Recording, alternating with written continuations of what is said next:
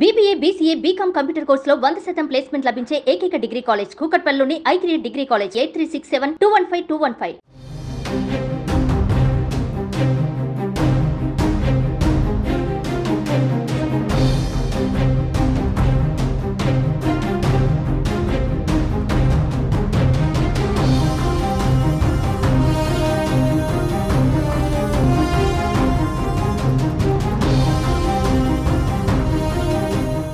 మీరు కాస్త అప్రమత్తంగా ఉండండి.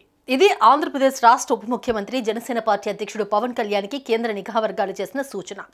పవన్ కళ్యాణ్ హత్యకు కుట్ర జరుగుతోందనే వార్తలు ఒక్కసారిగా కలకలం రేపుతున్నాయి. కొన్ని అవాంఛనీయ గ్రూపుల్లో పవన్ గురించి ప్రస్తావన వచ్చిందని నిఘా వర్గాలు చెప్పినట్లు సమాచారం.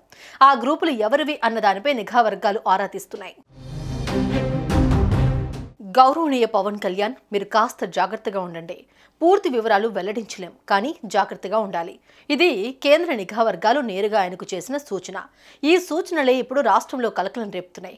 కేంద్ర ఇంటెలిజెన్స్లోని కొందరితో మాట్లాడినప్పుడు లేదా రెగ్యులర్ ట్రాకింగ్లో కొన్ని అవాంఛనీయ గ్రూపుల్లో పవన్ కళ్యాణ్ ప్రస్తావన వచ్చినట్టు తెలిసిందని కేంద్ర నిఘా వర్గాలు తెలిపాయి. అయితే ఈ గ్రూపులు ఎవరివి అనే విశ్లేషణ చేసినప్పుడు కొన్ని ఆసక్తికరమైన ఆందోళన కలిగించే అంశాలు వెలుగు చూశాయి.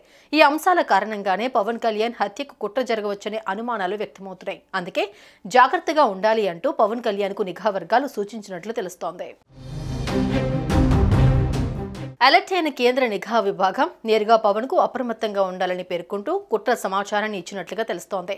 పవన్ ఎందుకు టార్గెట్ అయ్యారు అన్నది చూస్తే నేడు ఎన్డీఏ ప్రభుత్వంలో కీలకంగా మారిన చంద్రబాబుతో ఉన్నది జనసేనానినే.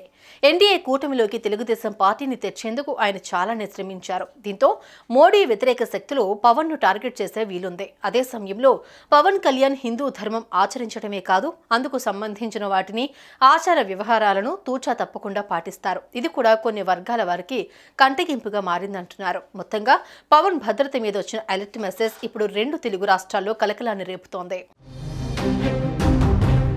ఇక ఎన్నికలకు ముందు పవన్ కళ్యాణ్ రాజకీయ విధానాలను మావోయిస్టు నాయకుడు ఒకరు తప్పుపడుతూ ప్రకటన విడుదల చేశారు. బీజేపీతో కలిసి ప్రయాణం చేయడాన్ని వ్యతిరేకించారు. నిఘా వర్గాల దృష్టికి మావోల సంభాషణలు ఏమైనా చేరాయా అనే సందేహాలు వ్యక్తమవుతూ ఉన్నాయి. ఏదేమైనా నిఘా వర్గాలు జాగ్రత్తగా ఉండమని సలహా ఇవ్వడం ఆషామాషి వ్యవహారం కాదు. అయితే ఈ వ్యవహారంపై అటు జనసేన కానీ ప్రభుత్వ వర్గాలు కానీ ఇంతవరకు స్పందించలేదు.